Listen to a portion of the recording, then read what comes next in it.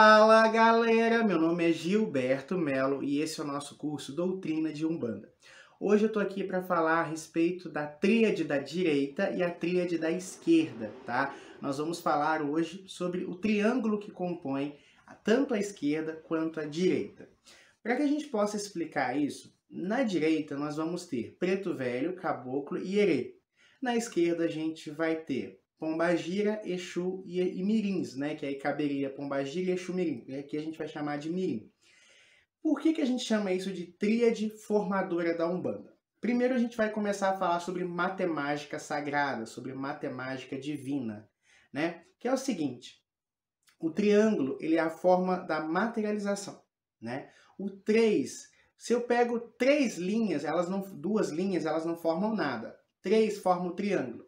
Triângulo é a primeira figura geométrica que a gente consegue criar a partir de pontos, não é? Então, o 3 e o triângulo, ele representa a materialização. O número 3 dentro da numerologia, ele fala disso, de expansão, criação, geração.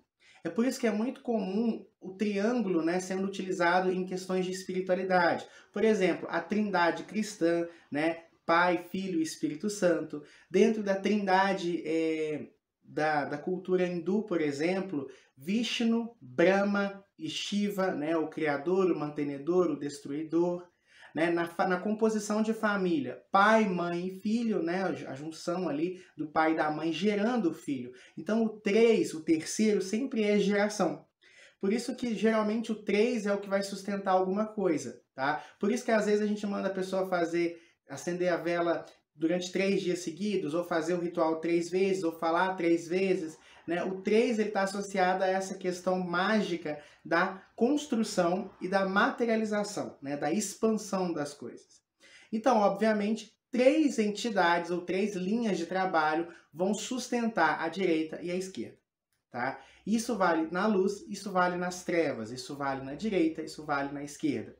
Existe uma lei chamada lei da correspondência, que diz que tudo que está em cima é como tudo que está abaixo, tudo que está abaixo é como tudo que está em cima. Então, de modo geral, a gente vai ter uma visão espelhada, tá? Quando se fala de direita e esquerda. Então, tudo que acontece de um lado vai acontecer, de certa forma, do outro, tá? Só que, como é uma visão espelhada, vai ser um pouco invertido. A gente já conversou sobre direita e esquerda, então não vou me estender explicando essa questão do que é a direita e do que é a esquerda. Mas é importante que vocês entendam que vocês vão ver muita coisa parecida feita de forma diferente. Por exemplo, uma coisa curiosa é que os guias de esquerda costumam, né, girar no sentido anti-horário, enquanto entidades de direita costumam girar no sentido horário. É claro que, se for, por exemplo, um preto velho que vai fazer um banimento, então ele vai trabalhar o lado anti-horário, porque esse é o lado do banimento. Mas quando ele vai se manifestar a natureza do seu padrão vibratório, ele normalmente gira direita no sentido do relógio, né? Sentido deusil. E a esquerda no anti-horário. Então tem essa questão, né? Giram, mas giram de lados opostos.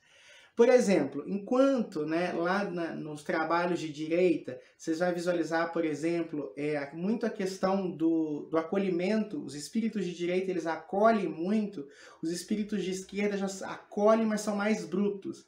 Enquanto, por exemplo, os espíritos de direita, né, tratam as pessoas abaixo hierarquicamente deles, por exemplo, um mentor de muita luz.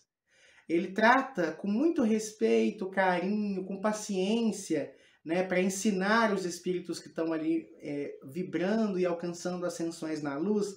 Os espíritos de esquerda já não têm tanta paciência e eles também, né, pegam aqueles que estão abaixo deles hierarquicamente falando e ajudam no processo de evolução, mas são mais duros, são mais ríspidos, né? Então é a mesma coisa feita de uma forma diferente. Então, todo médium de Umbanda vai ter um preto velho, um caboclo e um herê. Um Exu, uma pombagira e um mirim. Isso é a base que vai sustentar a sua coroa mediúnica, tá? Então é muito importante vocês entenderem que vocês terão na linha espiritual de vocês, enquanto trabalhadores de Umbanda, porque se a pessoa não é médium de Umbanda, não faz sentido ela ter um caboclo, Ela pode ter um mentor que numa vida passada foi um indígena, tá? Mas não necessariamente ele vai atuar como um caboclo na Umbanda, porque a gente está falando de Umbanda aqui. E aí quem não faz parte do dia a dia do terreiro, pode ser que não conheça todas essas linhas. E mesmo quem está no terreiro, o fato de você ter todas essas linhas não quer dizer que você vai incorporar todas elas, tá? Determinadas linhas podem trabalhar com você somente do astral, sem fazer o uso da incorporação. Isso também acontece.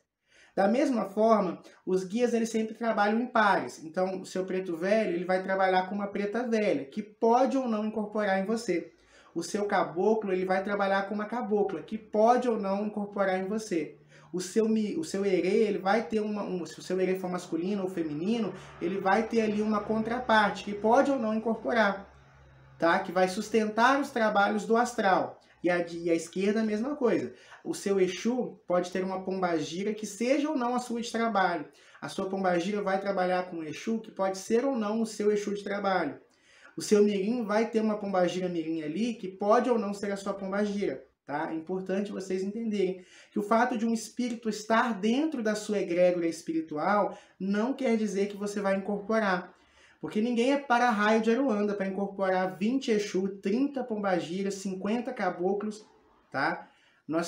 E sim, você pode também trabalhar com mais de uma pombagira. Você não vai trabalhar com 15 pombagiras, mas você pode sim trabalhar com mais de uma pombagira. A gente vai falar mais sobre os mistérios das linhas e aí eu trago esse assunto novamente, tá? Mas a nível de compreensão isso pode acontecer.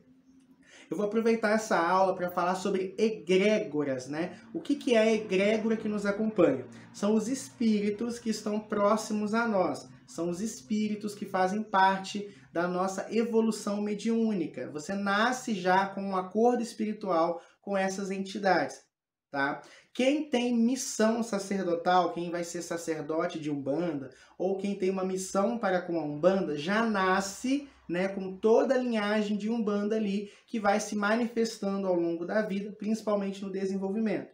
Quem escolhe a Umbanda, que talvez não tenha ainda, essas entidades elas vão se aproximar de você e você vai descobrir.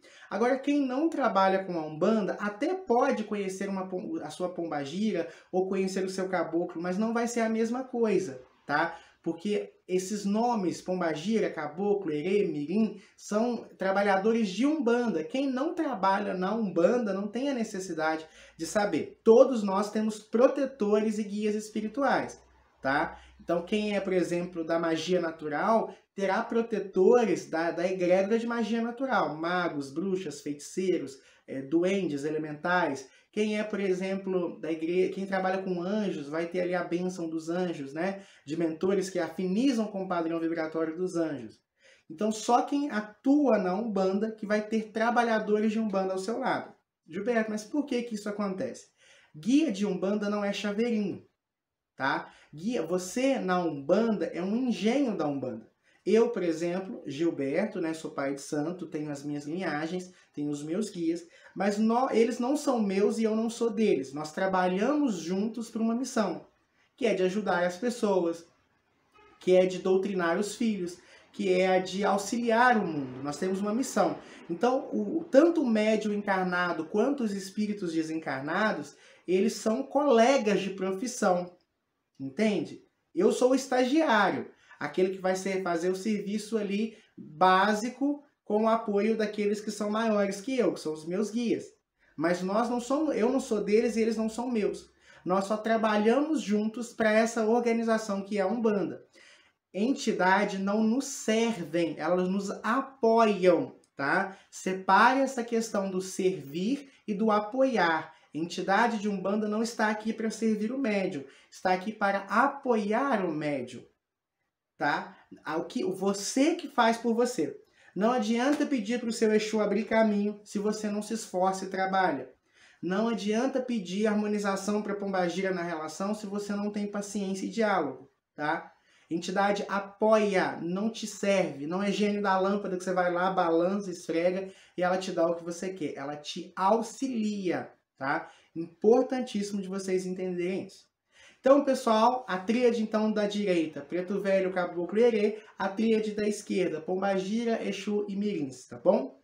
Por hoje é só, espero que vocês tenham gostado dessa aula. Muita luz, muita paz, muito equilíbrio e eu vejo vocês no próximo encontro. Tchau, tchau!